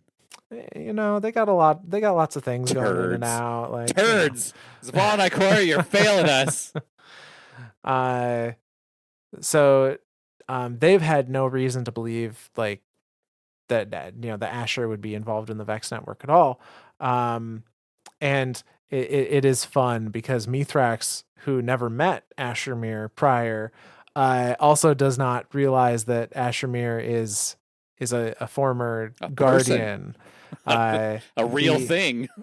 Yeah, he keeps referring to him as the signal. It's this signal that's existing independently within the Vex network, that and it's designated Eschermere, like all one word. Yep. So to Mithrax, he's the Eschermere. Yep. But yeah, so we're in this area of the Vex network that is kind of inside the core, and it is called Avalon. That is the code name for this area of the Vex network. And Asher leads us through the various areas. We have our first boss encounter is not particularly of note, other than like it's implied they were a security protocol. Yep. They saw us and they're like, hold the fuck on. This is not Vex and should not be here. Stop it. Yeah, so not much like story significance other than, security protocol that we had to defeat so that we could move on to the next thing. Because it literally tries to delete you. That's the whole reason why you fall in the hole. Yeah. The hole is like a safe spot. It's trying to delete you from the network. And if you're not in the hole, it deletes you from the network. Yep. So we're led through the Avalon area by Asher to the end, where we have a fight that is somewhat lore relevant. We have a fight against Brachion, who we saw previously in the Pyramidium strike. Brachion, who is now renamed as the Repurposed Mind. Did Asher just hijack him? There isn't anything concrete to suggest this, but I am of the thought process that Asher hijacked Brachion to be a guard dog. Yeah, because the big thing in this entire mission is that secret at the very end. Yes. So we fight Brachion, the Repurposed Mind, and something that is interesting. There's a game mechanic with Brachion that might have some lore implications. Okay. So similarly, we were talking off stream about Oryx, Crota takes extra damage from swords. Like he's coded to take extra damage from swords. The sword logic. Yeah, so that swords are the most powerful weapon to use against him for boss damage. Brachion takes 50% less damage from all of our abilities. Really? Brachion is the first and only that I'm aware of Vex that has ever been resistant to paracausal powers. Really? Mm-hmm. I didn't know this.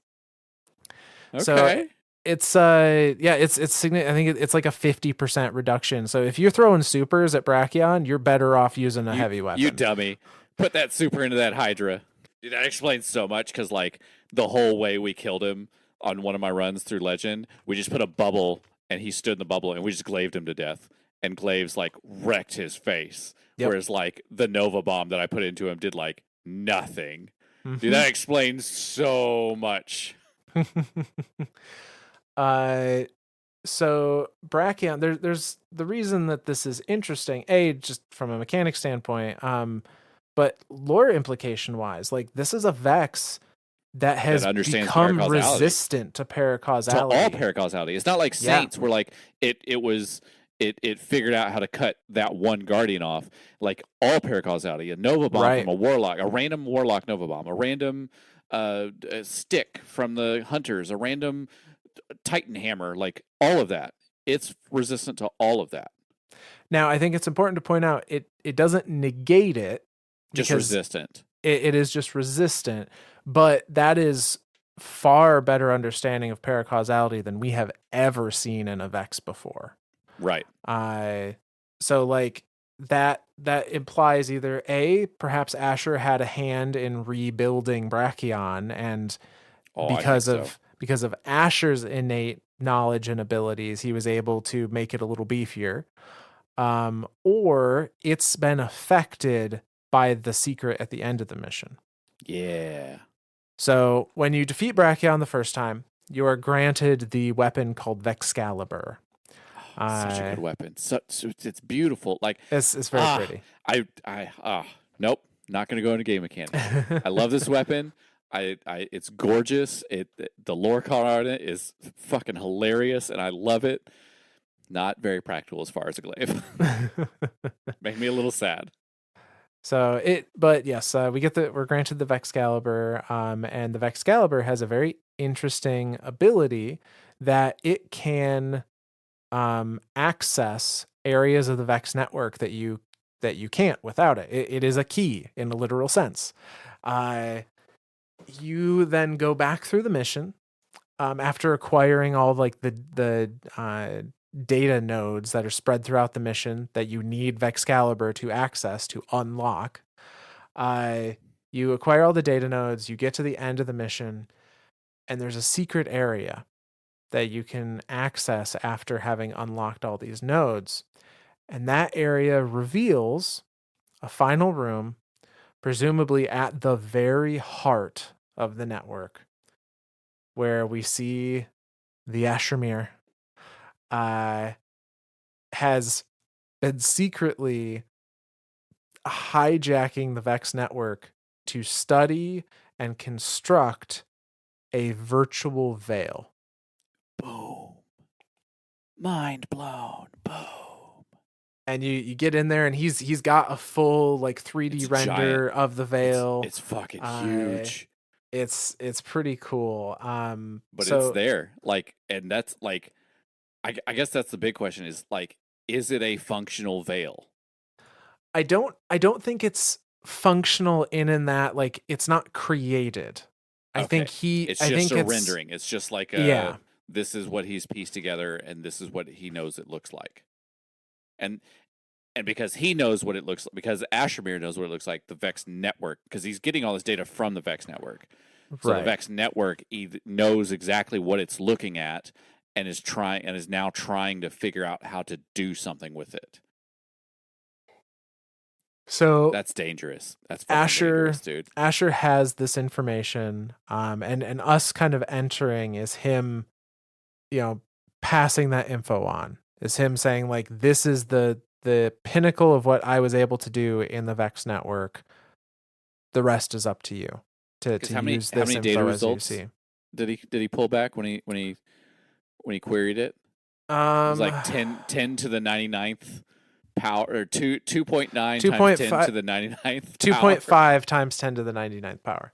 That's how many different entries were darkness and I can't remember what else he put in the. Well, let's just go over the lore card because it's relevant. Well, you do that then. Yeah. You do that. I love this lore card. This is the lore card that is on the Vexcalibur, and it essentially describes what happens to Asher shortly, pretty much immediately after he assimilates himself into the Vex network. So the Vexcalibur lore card goes like this. The man reached up to the lake with his metal arm, and then he reached with his arm of flesh. He reached with them both and brought the lake down. Unexpected variable detected. Conversion 25%. Integration initiated. Command override. Stop integration. Authority unrecognized. Oh, I think not. Authenticate consciousness. If consciousness valid, location all nexus, then consciousness must equal Vex pseudo facto, you binary buffoon. Moving on. Set consciousness designation MIR. No, set consciousness designation to scribe. Designation rejected. Conceptual mismatch. Compensating. Oh, for the love of...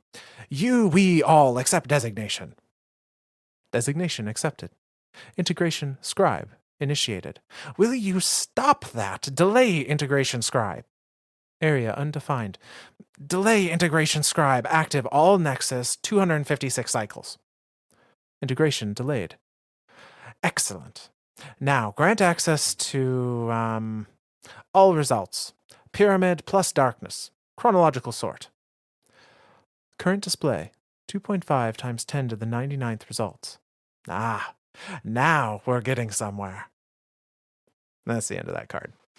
Ipso facto, I am in your network, and I am part of your network, you little shits. Fucking, I love Asher. I love him so much. He's the bit. He's like the adorable asshole that lives inside of me, and that's Asher Mir. So yeah, so he's literally he has written himself into Vex. Like he has hacked the network, and he has made the Vex think like that conversion. Like we already know that half of his arm, like one of his arms is all Vex because he's been slowly transforming since his first jump into the Pyramidion. So the Vex recognizes like, hey, we've almost completed conversion. Continue conversion. He's like, no, I need you to stop that and just accept me as essentially accept me as an access mind. And so then he writes himself in as system admin, and then starts like querying this data on pyramid and darkness. So kind of like give me a start point on like what does the Vex network know about pyramids and darkness, and go from there. And the fact that he pulled up that many results, and he's like, oh, okay, now we can start messing with stuff. Yeah. And the reason why Asher decided to reach out to us by sending this transmission from the EDZ and lead us to the Vexcalibur, and then eventually to, all of his data on the Veil, is because Asher has come to the realization that he can no longer put off his integration. Yep. And so we look at the ghost shell, the scribe trace shell. Another and fantastic looking shell that doesn't leave my inventory. Yes, is a very pretty shell. But the lore card on this one kind of explains what could be considered Asher's final moments. And this one goes like this. The journey was instantaneous. Such was the force of the informational mass that pulled the signal into the radiolarian vortex of the heart of the Vex network. Decompiled data from untold eons of simulations poured into the signal, filling it to capacity. A single mind filled with voices, billions of voices, each telling their story, now screaming them. The whirls of writhing data did not abate. They surged in endless, straining the signal's parameters, eroding, overwriting. There was no time to adapt. A picosecond later, and there was nothing left of the signal but a dim ripple of spite. And all the stories have the same ending, shouted in a single voice, the toll of the bell that heralds the end of time. It is as I said all along, the signal thought bitterly as it unspooled into the data stream. No one can stop it. There's no sense in even trying. And that's the end of that one. So so now this oh damn it. I'm not gonna cry. This can be taken like two ways. Like the one way is he dove too far and the Vex just like unraveled his mind. And it's Yeah. literally like the only like it's happened so fast that like the only thought he has left is like, see, I knew this was going to happen. There's not even any reason trying. The Vex win. The Vex will win. The Vex will always win. So why even fight him? Like, what's the point? The other way that this can be interpreted, and the way that I like to interpret it, is that he did finally fully integrate himself, but that integration did away with like his sense of self, his sense of like who is Asher Mir. And so now again, this is kind of spinfoily, but I am under the impression that there is now a Mir Praetorium or Soul Mirtorium or something like that, right? Like there is a version of Vex that are Mir, but they are still Vex. So they still want to propagate the pattern, but they now have a subroutine of help the assistant, or even just as simple as assist the assistant, like, and then write in protocols of the assistant is Guardian. Guardian is do not integrate Guardian. Like start writing in protocols there of subroutines. So that's it. God, I know I'm not going to cry, but I'm going to cry. In my mind, that's what's happening. I'm pretty sure he died. Like, it sounds a lot like he dove too hard and dove too far, and the Vex just it blew his mind up, because every version of himself through every simulation and every reality all converged in that spot all at once, and it was too much for his consciousness to absorb. And so it just blipped him out of existence. And so since that blip was so quick, he just had one thought, and that one thought just slowly unspools as a ripple across the network of, see, this was pointless. Like, why even try? Yeah. Now, it could be a little column A, a little column B. Like, I think it's unfortunately pretty clear that like Asher's gone. Yeah.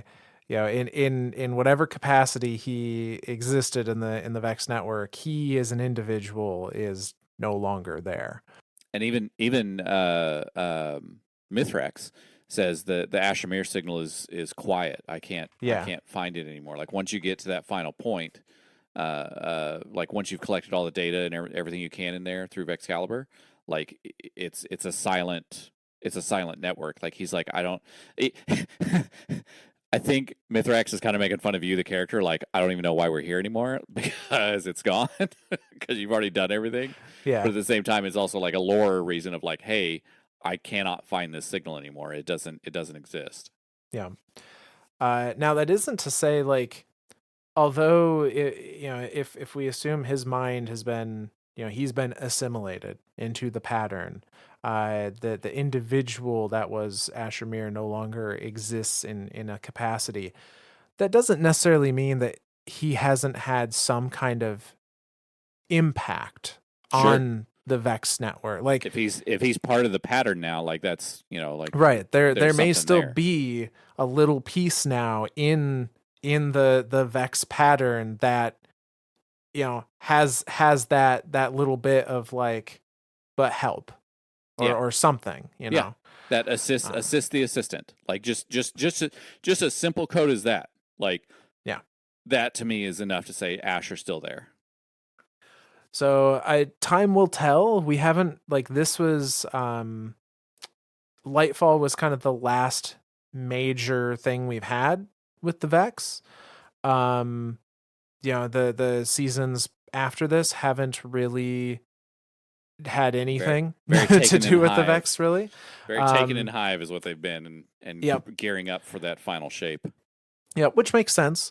So I'm really hoping that we're gonna see I'm telling you that something episode. There's from this, Vex with episode. the Vex episode. Which one was it? There's Reverence. It's episode 1. The first episode, with So so that first season, after the final shape, because I think it's like the final shape hits, and then there's like 4 months of the final shape, or Yep. sorry, not 4 months, 4 weeks of the final Yeah. shape, Yeah. and then like the next season starts. Because like even Bungie was like, we want to separate this. Like the final shape is the pinnacle. Like that is Yep. the end of the Light and Dark saga. We want to tell that story in its entirety and have that be the big impact. Have that be the big bang of the final shape expansion, and then go into these episodes of like, and the episodes very much feel like, again, because the final shape expansion is that exclamation point at the end of at the end of Light and Darkness saga. Each one of those seasons, I feel like, are the ending epilogues to all the entities that we haven't dealt with. Because again, we've dealt with the Fallen. They're friends now. Like there are no there. I put in quotations, there are no fallen. They are Elixni, and they live within the city now. The fallen that are outside the city are all just like sub factions. Like they're not. They're very pockets of small amounts of Elixni that are left that are not of the light, or they're remnants of House Salvation that are like of the dark, and we're slowly clearing those out. The Cabal. The Cabal have I mean, their homeworld is gone. Torbottle's destroyed. Zero blew it the fuck up. And so all that's left is Keitel and her forces, who came to the Sol system fleeing in a search of like, hey, we need a place to call home because ours doesn't exist anymore. And we think that you're a pretty damn good thing considering how much you've kicked our asses in the future, in the past. So maybe you can help us out in the future. So the Cabal have kind of been like dealt with. And again, I put that in quotations. The big two entities that are kind of left are the Hive. Well, I guess the big three: the Hive, the Scourge, and the Vex. Because again, Scorn. Yeah, Scourge is what I think what I said. The Scorn. But again, because the Scorn, because they are born of darkness, like they are born of dark ether. And then the Hive, again, they are darkness because that's what they've always been, because they were the descendants of the pact made between the sisters and the worms. And then the Vex, who like have no real master. Like there's no. I keep coming to this idea of the Vex, like they are undefeatable because they just have one purpose, and that's propagate the pattern. And we just kind of keep dealing with them in pockets. But I really do think that because Praedyth, again, I think because Praedyth escaped, and I do think he escaped, I think we're going to see him and some version of Asher, whether it be the Soul Myrtorium is what I keep referring to it as, or just like little pockets of like, hey, these Vex are shutting down and we don't know why. Like, yeah, they're not hostile towards us anymore. Like they are just cohabitating with us. Which again, that could be the other thought of Vex. Like if you can't beat them, cohabitate with them. Like don't join them. Like don't become Vex. But if we can cohabitate with the Vex, then they're no longer a threat. So, to us at least. To us, yeah, exactly. So like they could be a threat to the solar system or the universe, but if we can get them to a like docile form of like, hey, you are existing, therefore you don't need to exist anymore, or like you don't need to push your pattern out and make everything Vex. Like if we can find some way to like null them out essentially and say you're done, you don't need to propagate, then they're no longer a threat. So yeah, I think that's what that big season, that first season there is going to be, is dealing with the finality of the Vex. Yeah. So that way new enemies new stories can be told in Destiny. Yeah. But that's pretty much it for the Vex then, isn't it? Yeah, that is the entirety of the history of the Vex so far. Yay! As it relates to the Guardian, we always have to put that asterisk. This is true. Yes, because like the Vex don't really have a history. Everything is all at once for them. Yeah. So I guess what have we learned? Well, a lot. Yeah, a lot. Vex have been here since the beginning of time. Vex have been here forever. Yeah, since before forever. Since before, yes, this is right. The Vex have been here since before forever. The Vex want to propagate the pattern. That's their sole purpose. Yep. And they might be part mirror now. Yeah, maybe. I want a little asshole Vex. I want a little asshole goblin that just like every time I do something, it like slaps me upside the back of the head and just says no. That's what I want. If Bungie ever comes out with a little like Vex Hydra plushie that Oh, that does blinks. the little blink. I'm getting it. It's mine. I'm doing it. I've got the little worm. I got the little plushy worm. He sits right here on my desk. My wife has the plushy Smallin that sits on her Yep. desk. Yeah. So yeah, it's yeah. I didn't get the Good Boy Protocol one yet though. I feel like I need to get that one. I already have 2 good boys, so I don't know. Yeah, you kind of have that covered. I have a full house of good boys and girls. I have a Mara Sov, I have an Aldrin Sov, I have a Cade 6, I have a Saint 14. So yeah, amongst 3 others. Those are my kitties and my doggies. So, yeah, with that we have completed our series on the Vex. Yay! Woo. Alrighty. Well, do we have any shout outs? Yeah, we do have a shout out. So this shout out is coming to us from Podbean. I confuse the shit out of me. Yeah, most people don't even know that exists. So Podbean is our hosting platform that then disseminates out to like Apple Podcast and Spotify and so on. But Podbean has its own app. It has its own players, all of that. And you can leave comments there, and someone chose to do so. So this comes to us from, and apologies in advance, I believe it's Milan Urbanek, maybe? God, we're so bad at this. But we're trying our best. We're so sorry. Yeah, but they say, a great series. I made an account just to comment. Cool that you guys are Stargate fans as well. Yeah. They say I was translating subtitles for our community back then, so I'm a huge fan too. No shit. Yeah. That's super cool. I do love Stargate. Like Stargate's one of those ones that like it's just cheesy enough to be cute, but then like it doesn't take itself too seriously.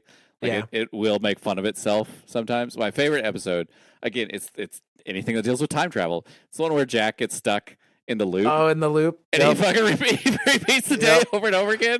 He fucking shoots golf balls into the fucking Stargate. But it's only him and Teal'c that experience it. Like everyone else is just like, what are you talking about? And so like they've gone through, like when they're in there with Jack or with Daniel and they're just like beating their heads against it, and like he's up there writing script and writing code, and Daniel's just like, how did you do all this? And like, we've been over this 772 times. Like, come on. He just grabs God, I can't even think of her name. Sam. Carter? Yeah, Carter. Yeah. Yep. Grabs her and just kisses her in the hallway. Like, yep, you're not gonna remember that tomorrow, so it doesn't matter. Yep. My favorite episode. That's my favorite one. That one's pretty good. That one probably sticks with me the most too, just because it was the perfect balance of like, it was like comedy and sci-fi all in once. Yep. And then the one where he gets the where he sticks his head in the machine and he gets ancient code written into him and he can't figure out how to do anything, so he just starts building shit. But then he starts talking in ancient and they're like, I don't know what the fuck are you talking about, and he just starts doing shit and you're like, what is going on here? And then he just writes in an eighth chevron and they're like, where is this thing dialing to? I don't even know anymore. Oh. Yeah, so many good moments of that. And then the replicators are like, those are like the most terrifying idea of like what can happen when nanomachines go bad. Like that's what bad Siva looks like. Yes. Like that's Siva out of control is the replicators. Like they are the most terrifying thing to me in the universe. The fact that they were able to like build themselves into like humans, like that just and then they were pissed. Like to be stuck in a time bubble for eternity, then they were just pissed. Yeah.